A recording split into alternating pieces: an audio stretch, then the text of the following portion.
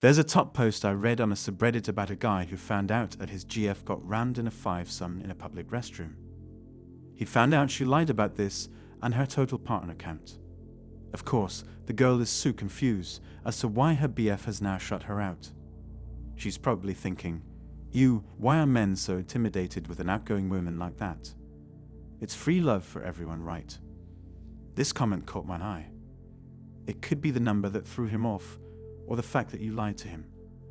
You'll have to figure out which one it is. This is indicative of how wider society views this issue.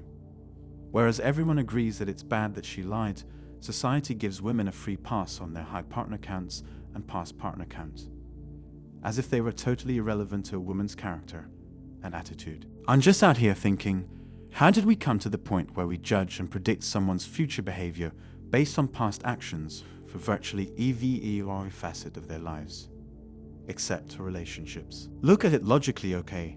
Who is most likely to blow their money at the casino? The person who's never touched a blackjack table, or the person who has a gambling problem? Who is the better employee? The person with an excellent work history, or the person who has been fired 5 times for negligence? While the answers to the above are obvious, we live in a society where men are encouraged into ignoring a woman's past partner count when trying to figure out what kind of future wife or girlfriend she will be. The truth is that a woman's past body count and behavior is a great predictor of her future behavior. There is literally no better predictor of future outcomes than past empirical data. So why does this problem exist? As with most RP issues, the existence of the problem can be mostly attributed to a woman will act, even subconsciously, in their own self-interest, unless men/society hold them accountable. The new/blue pill men don't hold women accountable because they don't want to ruin their chances of getting some poon. It's either that, or they can't stand up to women shaming them for actually wanting to be men. In that context, we can realize that women want the freedom to behave a certain way, but without any consequences, which is not fine. In RP terms, they want to maintain their access to high-value men, while also engaging in low-value female behaviors. However, women don't realize that they forfeit their exclusive access to high SMV men the instant they stop acting like high-value women. On a side note, it's interesting that the only times women complain about men refusing to date them for their body count is when it's high SMV men.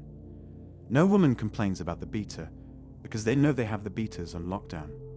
It's only when a high SMV man like George Clooney continuously dumps his aging GS that women get all fussy and accusatory. Oh, why do men even care about this? Because men value getting laid. A lot. We don't go around telling women not to look for high SMV men, because we understand that security, money, power, status, height, and other manly traits like these are all important to women. We're over our buffet and now strive to excel in as many of those areas as possible, because we know that's what women respond to. So when it comes to something that we as men value, we're going to judge women harshly on that. Telling men to grow up is not going to change our nature as determined by evolution. In short, men want to sleep with someone, but we don't want to sleep with someone worthless. We want to make sure our long-term investment is sound. We want good GFs/wives/mothers. We don't want to make a mistake. So when a girl is confused why her 80 partner count bothers men, we perk up and think, yeah, no, this girl slept around like it was nothing, so she probably will again. And if you're a woman asking why men would ever come to that conclusion, you should reflect and ask yourself, how the hell are you not coming to that conclusion? But I'm a new person now. That was my past, and you're the one I choose to be with. This is a manipulative tactic employed by women with regards to this issue. It's also incredibly dishonest. It shames men for predicting a woman's future behavior based on her past, which is not wrong since we do that with pretty much everything in life. It also allows women to escape judgment and once again redefine themselves as high SMV women, which they are not anymore. They also fundamentally misunderstand what is important to men. The woman assumes that because women's long-term goal is a steady better bucks relationship, that must obviously be the most important thing to men as well.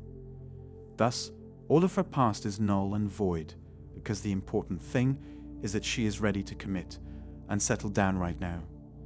Nothing else matters to her. so why should it matter to the man?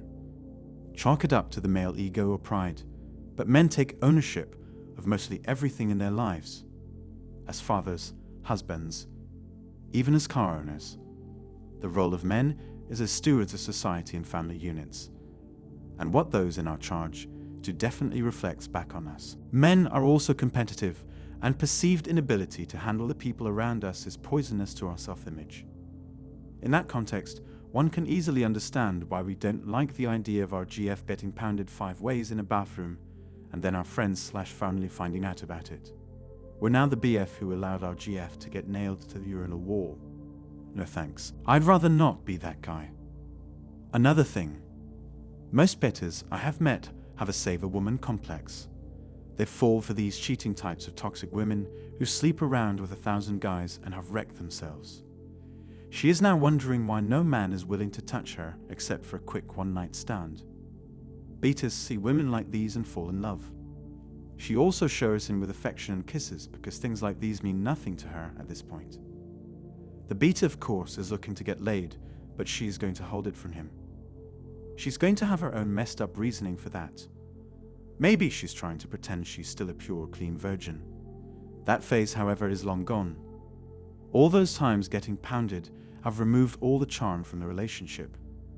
Furthermore, women like these don't consider the beta worth enough to sleep with them.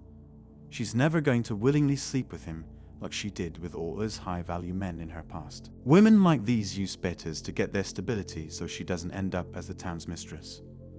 Betas mistake her affection for love and even feels pity for her. They make the crucial mistake again, ignoring her past and acting like it never happened. Just fix this into your minds, man. You can't ignore a woman's past. You can't even forget a man's past, but you can't do it with a woman. There's a reason people believe these things in the past, and the intelligent ones still do. If you're looking for a woman who's wife material, and you want to raise your children with her, you won't do it with a woman who is handing favors out to everybody in your class. You'll do it with a responsible woman who's pretty much a virgin and still has that feminine innocence and beauty to her.